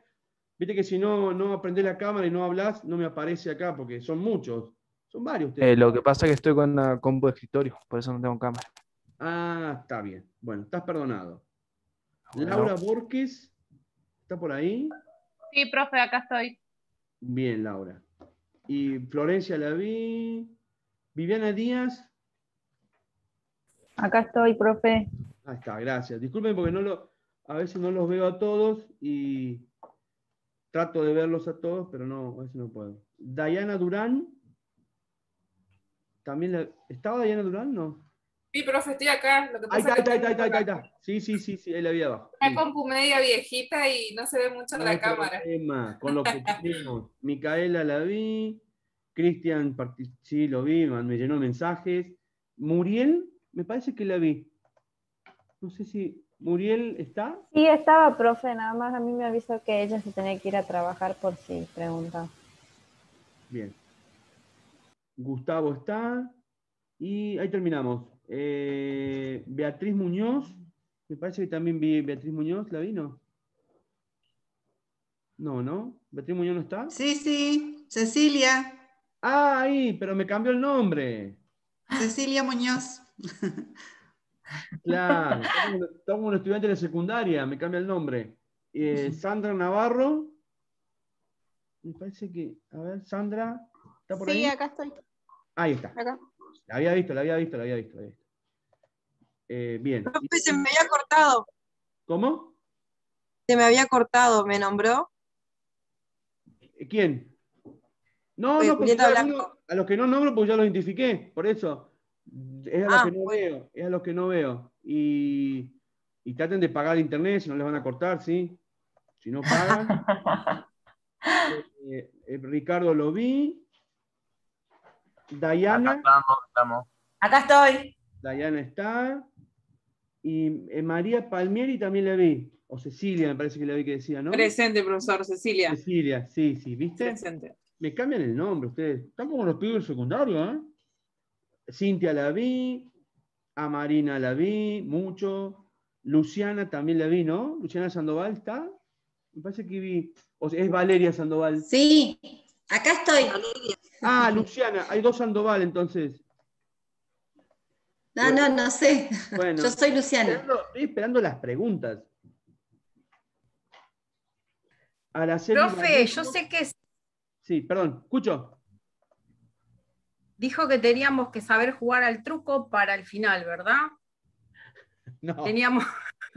Era una duda. Dije que lástima que no nos vemos, porque si no, sería un mano a mano muy interesante. La propuesta de esto era que ustedes pudieran desarrollar, porque nosotros todos tenemos una construcción en nuestra formación de niños y adolescentes, y yo sé que muchos están dando clases, entonces las cosas que van apareciendo acá empiezan a hacer ruido de una manera muy interesante. Algunas para despertarte curiosidad, otras para explicarte algo, por qué estamos así como estamos, porque es parte de la historia, otras para volver a debatir temas, ¿no? Que pareciera que hubieran quedado, no sé, mencioné lo de guardapolvo por decirte algo, pero en una época representaba que no hubiera exclusión, ¿no? Es decir, lamentablemente todo el mundo decía qué estupidez que todos los pibes vayan con guardapolvo blanco a la escuela, mientras que en otra época se decía, mirá, son todos iguales, acá no hay pobres, no hay ricos, porque fue una de las funciones de la escuela pública, que no hubiera pobres y que no hubiera ricos, eran todos estudiantes.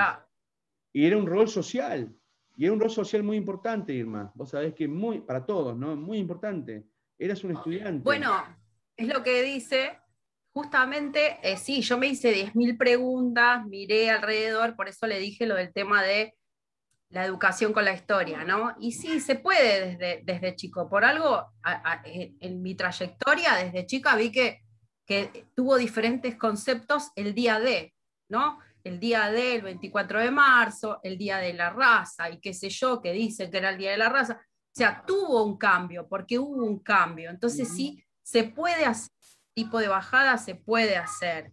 Pero ¿qué pasa?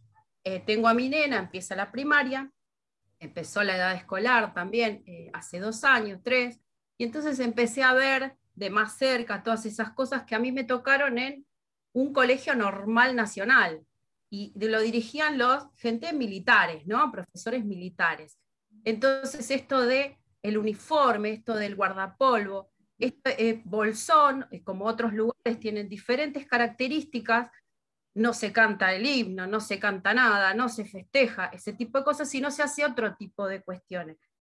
Y ponerle un guardapolvo blanco, me tocó este año, primer grado, te dicen, no, si querés, bueno, está bien, un guardapolvo que tenga dibujitos y del diseño que vos quieras. Entonces hacen eso, y me parece bueno en ese sentido. En otros lugares, bueno, los pueden exigir más. Tengo familia en Buenos Aires que dicen guardapolvo blanco, porque entonces...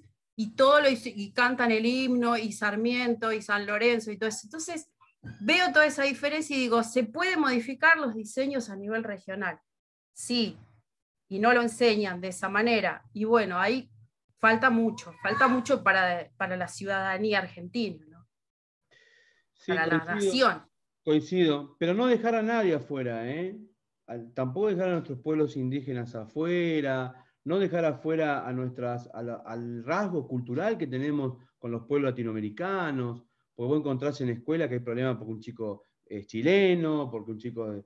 Bueno, Buenos Aires se ve más, acá en la Patagonia es distinto, porque somos todos una raza multicultural, una etnia multicultural. Te iba a decir raza para que veas cómo uno puede considerarse, ¿no? Es decir, como una construcción cultural, ¿no? Una raza de gente patagónica.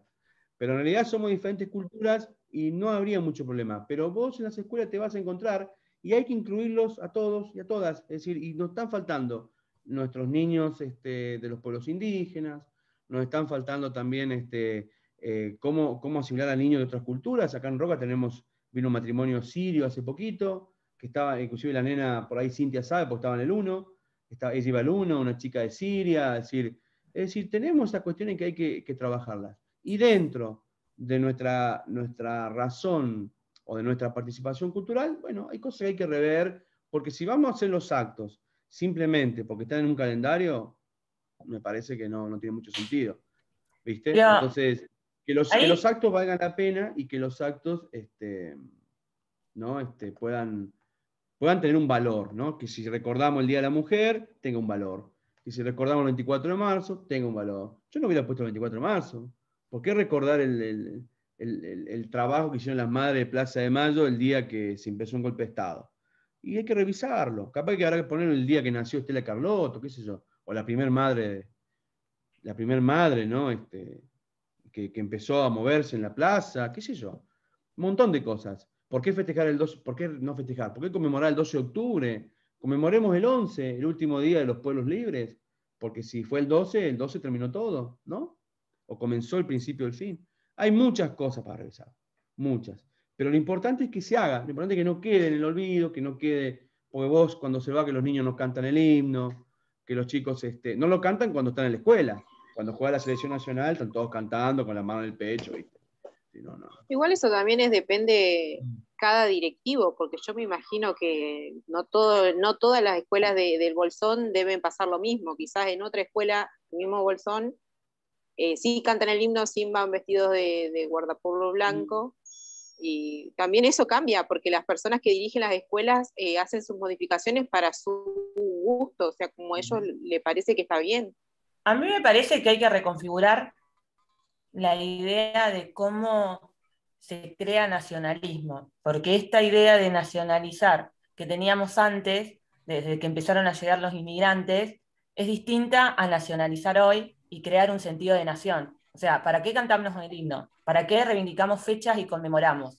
Me da la sensación que en ese sentido uno tiene que repensarse cuestiones, y tampoco creo que la función o la idea de regionalizar tampoco pierde un poco el sentido, si no hay una idea también nacional de reconfigurar para qué se hacen determinadas cosas y con qué sentido. Creo que en ese aspecto creo que la educación tiene que por lo menos replantear un interrogante, ¿no? Y crear otro tipo de nacionalismo más consciente, más crítico y de un pensamiento más...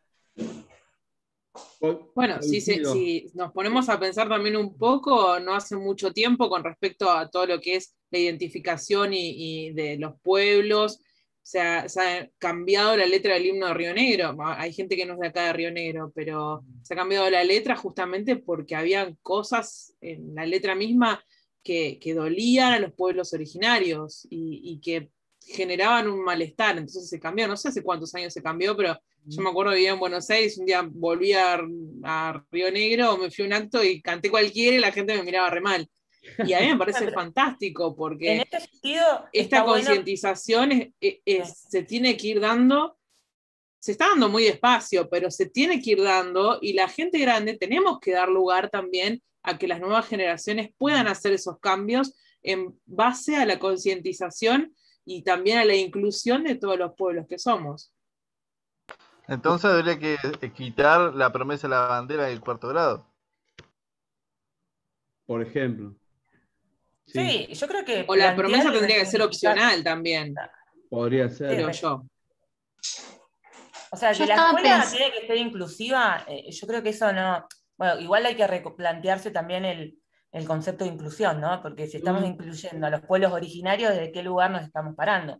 Desde un lugar colonizador, porque, o sea, desde un lugar de superioridad, ¿no? Yo creo que estas ideas de nacionalismo tienen que partir desde el respeto a la diversidad y resignificar fechas y darle un sentido más desde la actualidad, ¿no? O sea, y en ese sentido me parece interesante ver qué sucede.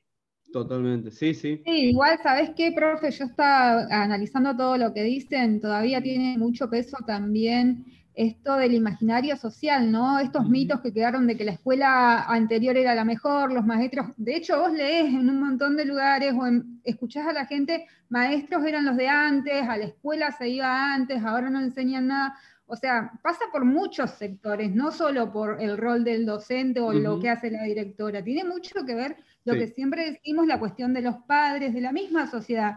Gente inclusive de nuestra edad, ¿no? Que piensa que está todo bien, porque cada uno puede pensar lo que quiera, pero de repente hay mucho peso en el imaginario social con respecto a todo este tema. Totalmente. Cuando lean parte de la biografía van a ver que el sistema, digamos, la educación, en la historia de la educación hay dos imaginarios. Uno es el imaginario pedagógico y el otro es social, ¿no? Es decir, uno es a qué apunta la escuela y otro es desde dónde apunta la escuela, ¿no? Para lo que decían. Pero hay una cuestión que por ahí, no sé, ahí Giselle quería decir algo, ahora la dejo, pero hay una cuestión que hay que tener en cuenta. Hasta ahora, lo que hemos visto, y lo vamos a ver después en la próxima unidad también, en el comienzo, estamos hablando de que había un modelo de país. Y ese modelo de país iba acompañado de un modelo educativo. te puede gustar o no te puede gustar ese modelo, pero iban acompañados de un modelo, donde el Estado era partícipe de las decisiones que tomaba, algunas muy erradas y otras muy acertadas. Entonces, donde vos vivís hoy en el siglo XXI y no tenés un modelo de país, no tenés un modelo educativo. O no tenés un sistema educativo que responda a un modelo, ¿no? Por eso la gran pregunta, y que después lo vamos a ver, el tema de la inclusión lo van a revisar también con Filmus y con Pablo Pineu, es decir, dos personas que trabajan mucho el tema de inclusión para lo que es la ley 26206, que es el nuevo paradigma, pero se los prometo, lo van a ver, pero les planteo esto. La cuestión de poder fijar un modelo del sistema educativo rinde cuenta a un modelo de Estado. Es decir, si no tengo un modelo de Estado, no voy a poder forjar un modelo educativo. La gran pregunta que le van a hacer los jóvenes en el secundario: ¿para qué está la escuela secundaria? ¿Para estudiar? ¿Para trabajar? ¿Para cobrar la beca por ESAR? ¿Para qué? ¿Cuál es el objetivo que tiene la escuela secundaria hoy en Argentina? La primaria sabemos, porque tiene una gran herencia que no se va a poder despegar nunca. La ley 1420 va a seguir siendo el fantasma que va a caminar por los pasillos de la escuela, ¿no? Sí, Profesor, esa pregunta también se está trasladando a la escuela primaria hoy en día. Yo he tenido la oportunidad de hacer suplencias en escuelas rurales que son con jornada extendida, y de verdad hay muchos chicos que van únicamente por el plato de comida. ¿Sí? Y que el resto de la jornada escolar pavean, perdón, pero pavean. Y su único objetivo es ese. Ese era el imaginario social, que antes también pasaba, ¿eh? Antes también iban y comían, desayunaban, merendaban, les daban ropa. Bueno, ese no es el concepto de educabilidad social. O sea, qué función cumple la escuela, y tiene que ver también con lo del asistencialismo, ¿no? De asistir las necesidades. Igual me voy con una pregunta en el sentido de, bueno, a ver, hoy la escuela secundaria, ¿qué función cumple y a qué modelo de país representa? O sea, y pensar el modelo de país. Hoy la escuela secundaria rionegrina planteó una reforma totalmente distinta a la anterior, pero ¿sirve esa reforma para un modelo actual de país? No sé. Claro, Dayana, porque la pregunta es al revés. La pregunta debería ser, ¿qué modelo de país tengo para forjar un sistema educativo acorde? Los países que no cambian los modelos no modifican los sistemas educativos. Y vuelvo otra vez al ejemplo del norte. Yo sé que no le va a gustar el ejemplo del norte, pero como cada estado modifica el sistema educativo al modelo que tiene ese estado, social, productivo, económico, Montana tiene un sistema educativo, Texas tiene un sistema educativo, Manhattan tiene un sistema educativo, Boston. ¿Por qué? Porque responde a ese modelo y lo va modificando cuando tienen que modificarlo. Como no cambian los modelos productivos, no modifican. Suecia lo cambió. Suecia tenía una escuela inclusiva, una escuela, digamos, una escuela para otro concepto de un Estado más social, y cuando pasó a un Estado liberal, cambió el sistema educativo. Bueno, pero si estamos en un sistema... Escuelas públicas, escuelas privadas. Claro. O sea, si estamos dentro de un sistema productivo capitalista, o sea, la función es reproducir obreros y gente que se incorpore en el sistema laboral y demás. Pero bueno, no sé hasta qué punto funciona. Exacto, porque vos, vuelvo a reiterarte, tenés que definir el modelo de país en todo sentido, ¿no? Social, económico, político. Entonces ahí va esa gran interrogante, ¿no? ¿Estamos en un mundo capitalista? Y sí. Y sí. A mí, profe, yo trabajo en jornada extendida en primaria. Sí. Y me pasó hace poco de una pregunta que me hicieron, o sea, estábamos hablando sobre las vacaciones de los trabajadores. Entonces me decía uno de los nenes, pero ¿qué sentido tiene trabajar un año entero para tener 10 días de vacaciones? O sea, en toda mi vida laboral no voy a tener ni siquiera un año de vacaciones. Entonces era como que me pareció una excelente pregunta para un nene de 12 años. Claro, ya te lo están planteando. Las generaciones que vienen son así de rápidas. A ver, ¿estamos en un mundo capitalista? Sí. El capitalismo se va a erosionar y va a fracasar y se va a volver a regenerar. Y sí, porque te lo demuestra la historia. Creo que todavía falta mucho para probar otro sistema educativo, salvo que aparezca otra cosa como la pandemia. La pandemia le pegó una piña knockout y fíjate que el capitalismo se paró con una fuerza peor todavía. Porque ahora deciden... Bueno, sigue igual la educación. Vacuna, fíjate, ¿no? Y vos, como el mundo está tan globalizado, El problema que vos tenés es que lamentablemente dependés de un mundo capitalista. Porque si vos dijeras, yo me corto solo y no dependés de nadie, no habría problema. Pero hasta la misma Cuba, ahora que está ya Castro largando el poder, está diciendo, che, vamos para allá, agárrennos de la mano. Es decir, lamentablemente, vuelvo a reiterarte, a todos, cuando tenemos eso bien definido, ya lo van a ver ustedes ahora cuando vean el colapso del sistema educativo, cuando tenemos nuestro país, bien definido, o por territorios, ¿por qué no? Y sin un país federal, Argentina. ¿Sí? Ahora nos dimos cuenta con la suspensión de clases, ¿vieron? Las clases se puede pensar, pero no hace falta ¿se puede pensar la educación desde un lugar geopolítico? Si a nivel internacional y mundial hay un modelo productivo, que es el capitalismo. No sé hasta qué punto se puede pensar aisladamente un sistema, un modelo educativo, cuando internacionalmente ya está implantado. O sea, claro. No sé. Podés hacerlo si vos cambiás tu matriz productiva, ¿no? Es decir, si vos decís, bueno, cierro toda mi frontera y ahora Argentina depende de Argentina, que podría hacerlo, pero es difícil en este mundo de hoy, del siglo XXI, claro, que podrías hacerlo, pero no vas a poder, no. Y en el contexto vos misma te respondés tu pregunta, es decir, vas a ver, porque Diana, y yo coincido lo que vos estás diciendo, coincido en varios puntos. El problema es qué piensan nuestros jóvenes, como le preguntaban a Cristian, ¿no? Es decir, ellos saben que van a la escuela porque primero los papás lo mandan. Segundo, van a la escuela porque quieren conseguir un trabajo. Quieren conseguir algo que les sostenga la vida, ¿no? Es decir, no están pensando quizás en un emprendimiento, no están pensando en ir otra vez al aire libre, a trabajar libre, como en otras culturas, ¿no? Es decir, es complicado. Están pensando en ir y ser parte, como diría el marxismo, del proletariado, ¿no? Claro. Que la escuela sirvió hoy mucho. Ya lo van a ver en un texto. Obvio, fabricado obrero. Corto la conexión,